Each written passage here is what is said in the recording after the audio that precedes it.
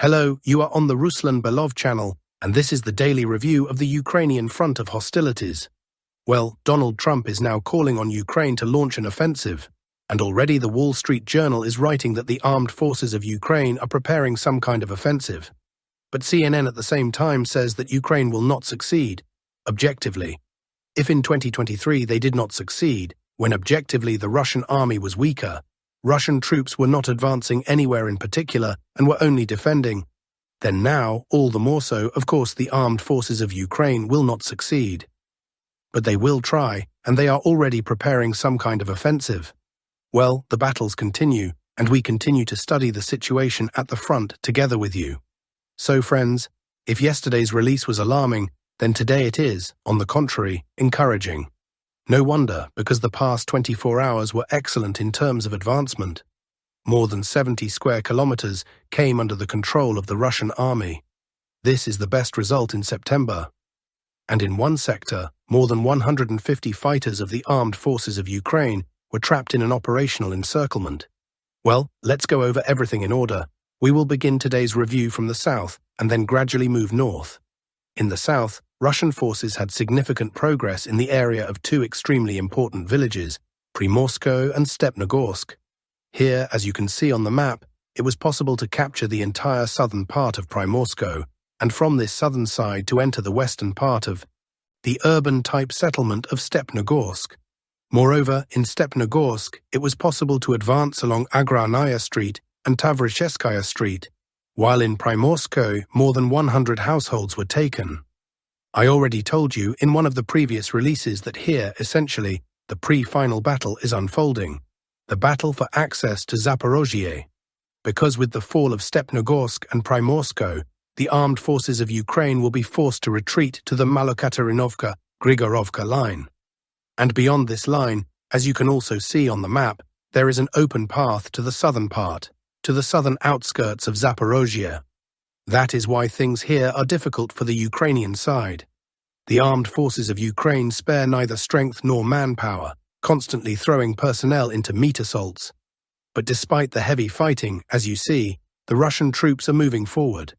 Information also came from the soldiers that the armed forces of Ukraine transferred Azov fighters to the Gulyapol sector, where everything is falling apart for them now. Apparently, they decided to save this town.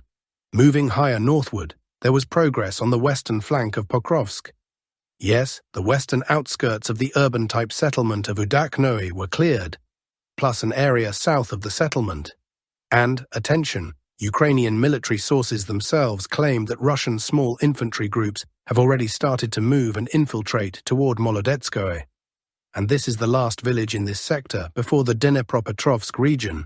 And as you can see, it is small. Just one street with a length of 1 kilometer. They will not be able to hold Russian forces there. Then comes the larger Novopodgorodnoe, and further on, there is an open path to Medjevaya. Interesting developments. Let's go further, to the sector where more than 100 fighters of the armed forces of Ukraine fell into operational encirclement. You will not believe where this happened. On the Dobropoli sector. Yes, there where the Russian army also had problems. But it turns out the armed forces of Ukraine have no fewer problems. By the way, I want to slightly correct myself. Yesterday in the release, I said that the Russian army had lost Boykovka. But yesterday soldiers from the ground corrected me, saying that the Russian army still holds 4 positions in the village, so it is not lost.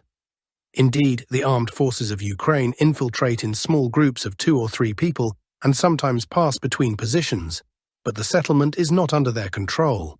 So yesterday I was mistaken here.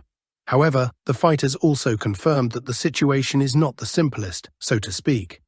Now to the problems of the armed forces of Ukraine. Russian soldiers managed in the past 24 hours to advance more than 2 kilometers in the direction of Shakovo. And now look at the situation the armed forces of Ukraine have here. They had this road, but now it is physically cut by Russian troops, and the armed forces of Ukraine have only one road left to withdraw from Shakovo to Sofievka. But thanks to this 2-kilometer advance, this road is now under fire from both sides, because from the current positions it is 3.5 kilometers away, and from others, 2.5 kilometers. And you yourselves understand. When drones, including FPV drones, can easily fly 10 kilometers, then 2 or 3 kilometers is just a kill zone. And the garrison of the armed forces of Ukraine in Shakovo is not small. According to the latest data, it is about 150 fighters. Meanwhile, Shakovo is a strong defensive node and the key to the Dobropoli sector. That is, if Russian troops take Shakovo, and even better, both Shakovo and Sofievka, then all those Ukrainian counterattacks further south will not develop, and in the end, they will achieve nothing. We will watch this. Moving on to the Konstantinovka sector. Over the past day, Russian forces advanced another 700 meters in the city. Well, not exactly in the city, but in the Yagodka Garden Cooperative. But according to the maps, this cooperative is part of the city. That is, de jure, Russian forces are already advancing in Konstantinovka. De facto, of course, we can speak of real battles for the city only when Russian troops enter those city streets. For now, as you can see on the map, most of the Garden Cooperative is under Russian control. And now, let us immediately move to the Kharkiv region. Many good reports came from there in the past 24 hours. First, a couple of words about Kupyansk.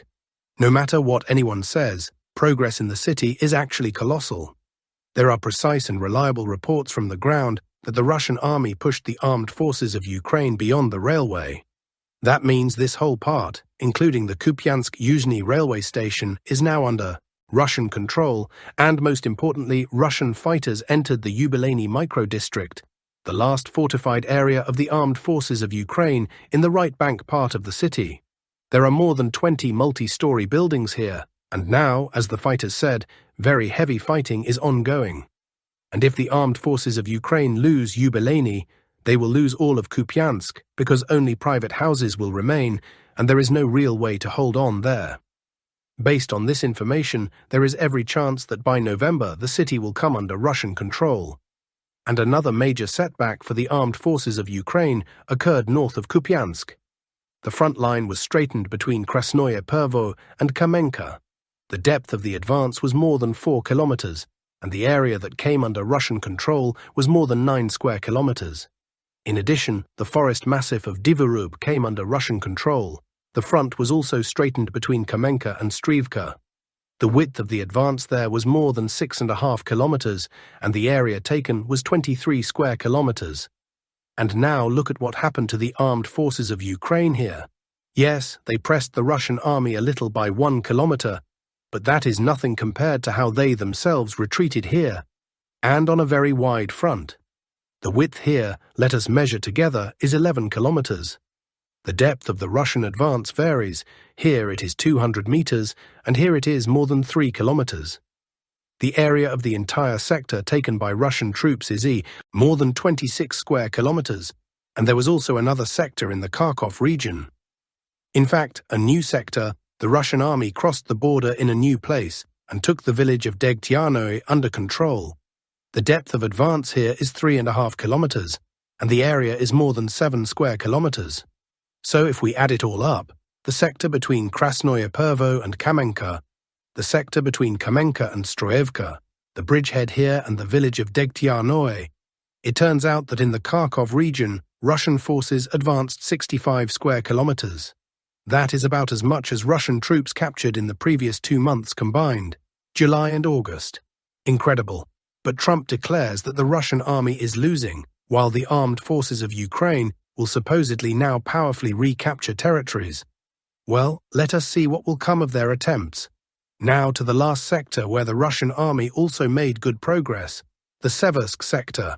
Here, information comes from pro-Ukrainian sources that Russian forces have secured positions northwest of the settlement of Serebryanka and are actively advancing toward the settlement of Dronovka. Slightly further north, confirming footage also arrived, showing objective control. Russian forces cleared the southern territory of Torsko, and according to Russian war correspondents, Russian troops are already fighting in the settlement of Yampol. We have not yet received video footage from that settlement, so we are waiting. And that is all I have on the front. Now let us move on to the overview of the situation in the political arena. Trump wrote a post on social media, claiming that Ukraine, with the help of the European Union, will be able to recapture all its territory, and that Russia is in a very bad economic situation, being a paper tiger. Of course, we could analyze Trump's statements sentence by sentence, but we consider that pointless, because Trump has mastered the pendulum technique, thanks to which he radically changes his narratives depending on the circumstances. Trump, of course, distorts the facts. If Russia were truly fighting only against Ukraine, it would have finished in a week, as Trump himself says. Moreover, if not for the West, there would be no war at all. It began because of the West, and it lasts so long and does not end also because of the West. Russia is fighting half the world alone, without allies, and at the same time is advancing. This is the real situation. Oleg Tsarev writes about this. And I am sure Trump knows all of this. So why does he speak nonsense, deliberately? He is trolling Zelensky and the Europeans. You are so strong, Russia is weak, go and fight Russia alone. The meeting between Zelensky and Trump lasted no more than 7 minutes.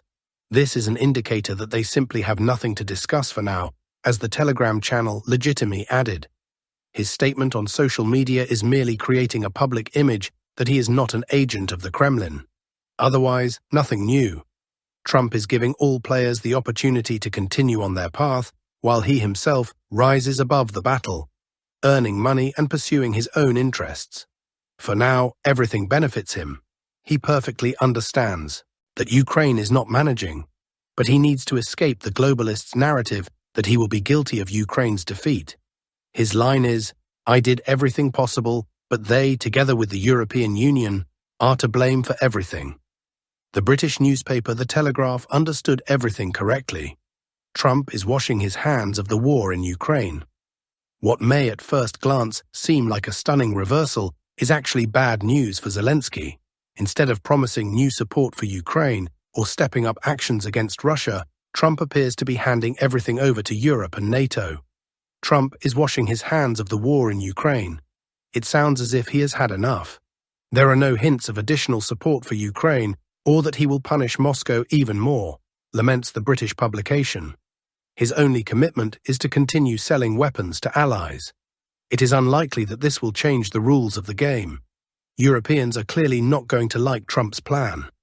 Supporting Ukraine until the end is assumed to be at their expense, commented Dmitry Medvedev. What is going on in New York?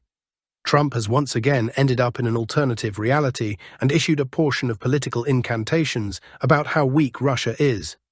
He published a vivid post. It includes the final victory of Kiev, a return to previous borders, the failure of Russia's military economy, gas lines, and the claim that Russia is a paper tiger. In this reality, everything is different.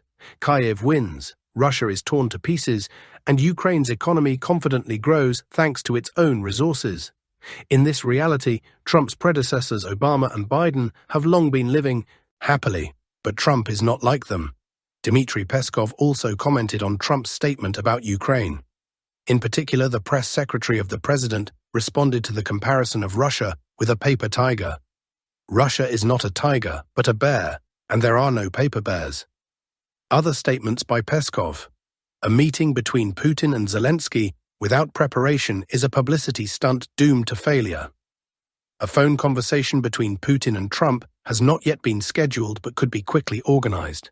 The dynamics at the front show that for those who do not want to negotiate today, tomorrow, and the day after tomorrow, the positions will be much worse.